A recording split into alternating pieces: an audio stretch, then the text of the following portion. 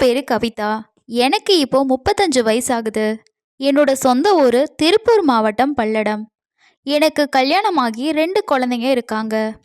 எனக்கு தாம்பத்திய வாழ்க்கையில ரொம்ப நேரம் ஈடுபடணும் அப்படிங்கிற ஆசை இருந்துச்சு. ஆனா என்னோட கணவர் 2 குழந்தைங்க பிறந்ததுக்கு அப்புறமா அந்த குழந்தைகளோட எதிர்காலத்துக்காக நீண்ட நேரம் உழைக்க ஆரம்பிச்சிட்டாரு. இதனால அவரால என் கூட அதிக நேரம் தாம்பத்திய உறவுல ஈடுபட முடியல. தினமுமே ஏதாவது ஒரு காரணத்தை சொல்லி தவிர்த்துக்கிட்டே வந்தாரு. இதனால எனக்கும் அவருக்கும் கடுமையான வாக்குவாதமும் ஏற்பட்டுச்சு. ஒரு கட்டத்துல எங்களுக்குள்ள கருத்து வேறுபாடும் ஏற்பட்டுச்சு. இனி இவர் கூட வாழ்ந்து என்னோட வாழ்க்கையை நான் வீணடிக்க கூடாதுன்னு ஒரு முடிவுக்கு வந்துட்டேன். இதுக்கப்புறமா நான் பெத்த 2 குழந்தைகளையுமே என்னோட கணவர்கிட்டயே விட்டுட்டு அவரை பிரிஞ்சு நான் வந்துட்டேன். அதுக்கப்புறம் நம்ம எதுக்கு திருப்பூர்ல இருக்கணும், இனிமே யார் இங்க இருக்காரு அப்படின்னு சொல்லிட்டு அங்கிருந்து நான் தூத்துக்குடிக்கு வந்துட்டேன். தூத்துக்குடியில் ஒரு வீட்டை வாடகைக்கு எடுத்து நான் தனியாக வாழவும் ஆரம்பித்தேன். வருமானத்துக்காக முத்தியாபுரம் பகுதியில் இருக்க ஒரு லாரி ஷெட்டில் கணக்காளராக வேலைக்கு சேர்ந்தேன். நான் டெய்லியும் வேலைக்கு போயிட்டு வரும்போது நான் குடியிருந்த நேதாஜி நகரை சேர்ந்த எட்வின் அப்படிங்கிறவரோட எனக்கு பழக்கம் ஏற்பட்டுச்சு. எட்வின் ஒரு ஐஸ் பிளான்ட்டில் வேலை பார்த்துட்டு வந்தார். எங்கள் 2 பேருக்குமான பழக்கம் கொஞ்ச நாட்கள்லேயே காதலாக மாற ஆரம்பிச்சுது. ஒருத்தரை ஒருத்தர் சின்சியராக காதலிக்கவும் ஆரம்பித்தோம். இதுக்கப்புறம் கல்யாணம் செஞ்சுக்கலான்ற ஒரு முடிவுக்கும் வந்தோம். இதனால நாங்கள் 2 பேரும் சிம்பிளாக கோயிலை வச்சு கல்யாணம் பண்ணிக்கிட்டோம். கல்யாணம் பண்ணிக்கிட்டதுக்கு அப்புறமா மாதநகர் பகுதியில் ஒரு வீட்டை வாடகைக்கு எடுத்து நாங்கள் 2 பேரும் குடும்பம் நடத்த ஆரம்பித்தோம். திருமணத்துக்கு அப்புறமா எட்வின் என்னை வேலைக்கு போக வேண்டான்னு சொல்லிட்டாரு. நான் தான் வேலைக்கு போகிறேனே, அதில் வர சம்பளத்தை வச்சு நம்ம 2 பேரும் சந்தோஷமாக வாழலான்னு சொன்னார். இந்த விஷயம் எனக்கு ரொம்பவே பிடிச்சிருந்தது. கல்யாணத்துக்கு அப்புறம் நான் வேலைக்கு போகிறத நிறுத்திட்டேன். என்னோட கணவர் தான் வேலைக்கு போவார். அவர் வேலைக்கு போனதுக்கப்புறமா நான் வீட்டில் சும்மா தான் இருந்தேன். வீட்டு வேலையெல்லாம் செஞ்சு முடிச்சதுக்கப்புறமா எனக்கு ரொம்ப நேரம் ஃப்ரீயாக இருக்கும். அதனால் நான் செல்ஃபோனை பயன்படுத்தவும் ஆரம்பித்தேன். அப்படி தான் எனக்கு நிறைய ஆண் நண்பர்களும் கிடைச்சாங்க. எட்வினுக்கு சில நேரத்தில் நைட் ஷிஃப்ட் இருக்கும், சில நேரத்தில் காலையில் ஷிஃப்ட்டுக்கு வேலைக்கு போவார். எனக்கு இந்த ஆண் நண்பர்கள் கூட உல்லாசமாக இருக்கணும் அப்படிங்கிறது அவர் இல்லாதப்போ எனக்கு தோண ஆரம்பிச்சது. இதனால் எப்பெல்லாம் எட்வின் நைட் வேலைக்கு போகிறாரோ அந்த நேரத்தில் எனக்கு தெரிஞ்சவங்க தெரியாதவங்கன்னு சொல்லியிருக்க ஆண் நண்பர்கள் கூட உல்லாசமாக இருக்கவும் ஆரம்பித்தேன். இப்படி என்னோட புதிய கணவர் வேலைக்கு போனதுக்கப்புறம் பல ஆண் நண்பர்களை என்னோட வீட்டுக்கு வர வச்சு அவங்க வந்துட்டு போகிறது அக்கம் பக்கத்தில் இருக்கிறவங்களுக்கு சந்தேகத்தை ஏற்படுத்த ஆரம்பிச்சுது. இதை அக்கம் பக்கத்தில் உள்ளவங்க கவனிச்சிட்டாங்க. கண்டிப்பாக இந்த விஷயத்த என்னோட கணவர்கிட்ட தெரிவிச்சிருவாங்க அப்படின்றது எனக்கு தெரிஞ்சுது. இது இப்படியே போச்சுன்னா கண்டிப்பாக நம்மளோட தவறான உறவு என்னோட புதிய கணவருக்கும் தெரிஞ்சிரும். உடனே இந்த வீட்டை மாற்றணும் அப்படின்னு சொல்லி முடிவு பண்ணேன். இதனால எட்வின் கிட்ட போயிட்டு இந்த வீட்டில் அந்த வசதி இல்லை, இந்த வசதி இல்லை, நம்ம வேற எங்கேயாவது வீடு மாற்றிட்டு போயிடலான்னு சொல்லிக்கிட்டே இருந்தேன். இதை கேட்ட எட்வினும் சரின்னு சொல்லி வேறொரு வீட்டை பார்த்து என்னை அவர் அங்கே கூட்டிகிட்டு போயிட்டாரு. அதுக்கப்புறமா நாங்கள் குமரன் தியேட்டர் பகுதியில் வாடகைக்கு இந்த வீட்டை காலி செஞ்சுட்டு ஹவுசிங் போர்டில் புதிதாக ஒரு வீட்டுக்கு வாடகைக்கு போயிட்டோம். ஒரு நாள் என்னோட கணவர் வழக்கம் போல் நைட் வேலைக்கு போயிட்டு மறுநாள் காலையில் வீட்டுக்கு வந்தார். அப்போ வீட்டோட கதவு உள்பக்கமாக பூட்டப்பட்டிருந்துச்சு. எத்தனையோ முறை என்னோட கணவர் என்னோட பேரை சொல்லி கூப்பிட்டுக்கிட்டே இருந்தார். நான் கதவை திறக்காததுனால ஜன்னல் வழியாக பார்த்தப்போ நான் உள்ள உடல் கருகின நிலையில் பிணமாக கிடந்திருக்கேன். இதை பார்த்து என்னோட கணவர் அதிர்ச்சி அடைஞ்சு கத்தி கூச்சலிட்டிருக்காரு. உடனடியாக இது சம்மந்தமாக தாளமுத்து நகர் போலீஸுக்கும் தகவல் கொடுத்துருக்காரு. அதுக்கப்புறம் நடந்த சம்பவம் இதுதான். சம்பவ இடத்துக்கு வந்த போலீஸ் உள்பக்கமாக போட்டிருந்த வீட்டை திறந்து இறந்து கிடந்த கவிதாவோட உடலை மீட்டிருக்காங்க. கவிதாவோட கை கால்கள் வெட்டுக்காயங்கள் இருந்திருக்கு. தீயில கருகுனனால உடலே அடையாளம் காண முடியாத அளவுக்கு இருந்திருக்கு. இதையடுத்து போலீசார் உடனடியாக கவிதாவோட உடலை மீட்டு பிரேத பரிசோதனைக்காக தூத்துக்குடி அரசு மருத்துவமனைக்கு அனுப்பி வச்சாங்க. கவிதா பிணமாக கிடந்த வீட்டோட ரூம் கதவு தனியாக கலட்டி எடுக்கக்கூடிய நிலையில் இருந்ததாலும் அவரோட உடலில் காயங்கள் இருந்ததுனாலும் இது கண்டிப்பாக கொலை செய்யப்பட்டிருக்க தான் வேணும், அதுக்கு தான் அதிகமான வாய்ப்பு இருக்குன்னு சொல்லி போலீஸ்க்கு சந்தேகம் ஏற்படுது. இதனால் கவிதா குடியிருந்த அக்கம் பக்கத்தில் உள்ளவங்ககிட்ட போலீஸ் தீவிரமாக விசாரிக்க ஆரம்பிச்சிருக்காங்க. இது இல்லாமல் கவிதாவோட வீட்டுக்கு பக்கத்தில் இருக்கக்கூடிய பகுதியில் பொருத்தப்பட்டிருக்க சிசிடிவி காட்சிகள் எல்லாமே போலீஸ் கைப்பற்றி அதையுமே ஆய்வு செய்கிறாங்க.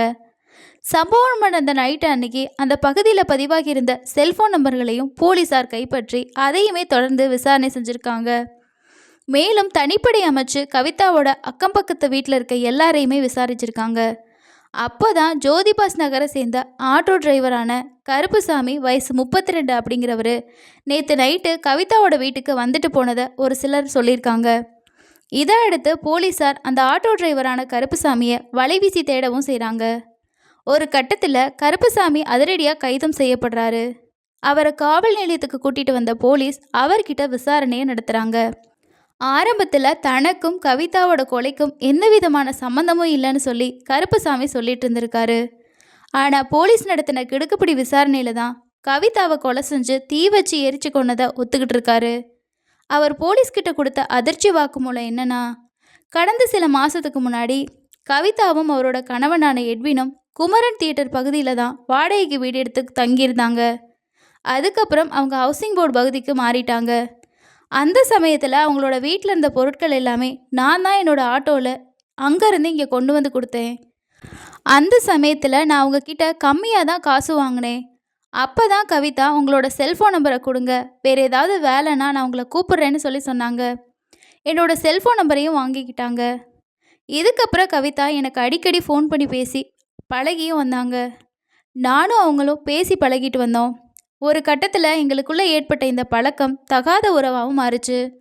அதுக்கப்புறம் கவிதா தன்னோட கணவர் எப்பெல்லாம் வீட்டில் இல்லையோ அந்த நேரத்தில் என்னை உல்லாசத்துக்கு கூப்பிடுவாங்க. நானும் அவங்க கூட போயிட்டு உல்லாசமாக இருக்க ஆரம்பித்தேன். கவிதாவோட உல்லாசமாக இருக்கப்போ எனக்கு இன்னொரு விஷயம் தெரிய வந்துச்சு. கவிதாவுக்கு என் கூட மட்டும் இல்லாமல் என்ன மாதிரி பல ஆண்கள் கூட தகாத உறவு இருக்கிறத பற்றி நான் தெரிஞ்சுக்கிட்டேன். அந்த சமயத்தில் நான் அதை பெருசாக எடுத்துக்கல. காரணம் கவிதா என்னோட மனைவி இல்லை, என்னோட கள்ளக்காதலி தான். அவங்க யாரோட வேணாலும் தொடர்பு வச்சுக்கிட்டோம், நானும் அதில் ஒருத்தனாக இருந்துக்கிறேன் அப்படின்னு என்னோட மனசில் நினச்சிக்கிட்டேன். கவிதா என்னை எப்பெல்லாம் கூப்பிடுறாளோ அப்பெல்லாம் அவளோட வீட்டுக்கு போயிட்டு உல்லாசம் அனுபவிச்சுட்டு வந்தேன். கவிதா இதுக்கு முன்னாடி குடியிருந்த வீட்டில் பல ஆண்கள் வந்துட்டு போனதுனால அவரோட கணவளுக்கு இந்த விஷயம் தெரிஞ்சிருமோ அப்படிங்கிற காரணத்தினால தான் அவங்க வீட்டை காலி செஞ்சுட்டு இந்த வீட்டுக்கு வந்திருக்காங்க. மேலும் அவங்க முன்னாடி இருந்த வீட்டில் பல ஆண்களோட நெருங்கி பழகும்போது சில பேர்கிட்ட காசு வாங்கியிருக்காங்க. அவங்களுக்கு அந்த காசை திருப்பி கேட்டு தொல்லை கொடுத்ததுனால தான் அவங்க அந்த வீட்டை காலி செஞ்சு இங்கே வந்திருக்காங்க. இங்கே வந்ததுக்கு அப்புறமாவும் சில ஆண்கள் கூட பழக்கத்தை ஏற்படுத்திக்கிட்டு அவங்க தினமுமே உல்லாசம் அனுபவிச்சுட்டு இருந்திருக்காங்க. அப்படி தான் சம்பவம் நடந்த அன்னைக்கு அவங்களோட கணவருக்கு நைட் ஷிஃப்ட்டுன்னு சொல்லி நைட்டு என்னை வீட்டுக்கு வர சொன்னாங்க. நானும் அவங்க கூட உல்லாசமாக இருக்கலான்ற ஆசையில் அவங்க வீட்டுக்கு போனேன். அவங்க கூப்பிட்ட மாதிரியே என் கூட உல்லாசமாக இருந்தாங்க. அவங்க கணவர் இரவு வேலைக்கு போயிட்டதுனால இரவு முழுக்க இங்கே இருக்கணும்னு சொல்லி சொன்னாங்க. நானும் அதுக்கு சம்மதிச்சேன். நைட்டு ஃபுல்லாக அவங்க கூட இருக்கலான்ற ஆசை எனக்கு இருந்துச்சு.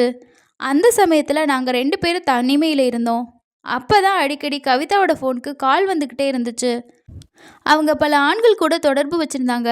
பல பேர் அவங்களுக்கு தொடர்ந்து ஃபோன் பண்ணிக்கிட்டே இருந்தாங்க. அதனால் நாங்கள் உல்லாசமாக இருக்க முடியாமல் போச்சு.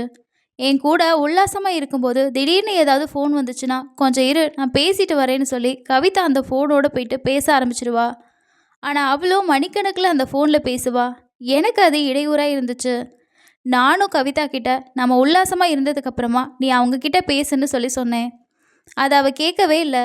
தொடர்ந்து அடிக்கடி ஃபோன் வந்ததுனால நான் ஒரு கட்டத்தில் பொறுமையை இழந்து ஆத்திரத்தில் பக்கத்தில் இருந்த ஒரு கம்பியை எடுத்து வந்து கவிதாவை சரமாரியாக தாக்குனேன்.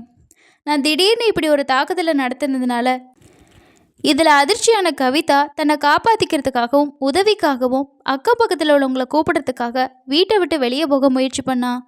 அவள் கத்தாமல் இருக்கிறதுக்காக உடனே பக்கத்தில் இருந்த ஒரு கயிறு எடுத்து கவிதாவோட கழுத்தை நெரிச்சு நான் கொலை பண்ண முயற்சி பண்ணேன். அவளை நான் துடிக்க கவிதாவை கொடூரமாக கொலை பண்ணிட்டேன். ஒரு கட்டத்தில் கொலை செஞ்சதுக்கப்புறமா ஐயையோ அவசரப்பட்டுட்டோமே, நாம் கவிதாவை கொலை பண்ணிட்டோமே அப்படின்ற சுயநினைவுக்கே வந்தேன். அதுக்கப்புறம் எப்படியாவது இந்த கொலையை மறைக்கணுன்றதுக்காக யாருக்கும் என் மேலே சந்தேகம் வரக்கூடாது அப்படின்னு நினச்சி அதுக்கு எந்த விதமான தடயமோ சிக்கக்கூடாது அப்படிங்கிறதுக்காக கவிதாவோட வீட்டில் இருந்த மண்ணெண்ணெயை எடுத்து வந்து அவங்க மேலே ஊற்றி அந்த ரூமில் வச்சு பூட்டி தீ வச்சுட்டு அங்கேருந்து வெளியே வந்துட்டேன்.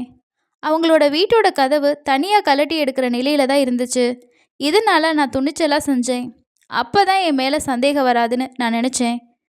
அதுக்கப்புறமா கவிதா மேலே தீ வச்சுட்டு நான் அந்த ரூமோட கதவை தனியாக கலட்டிட்டு நான் வெளியே வந்ததுக்கப்புறமா பழையபடி அது இருந்த மாதிரியே பூட்டி வச்சுட்டு அங்கேருந்து வந்துட்டேன்.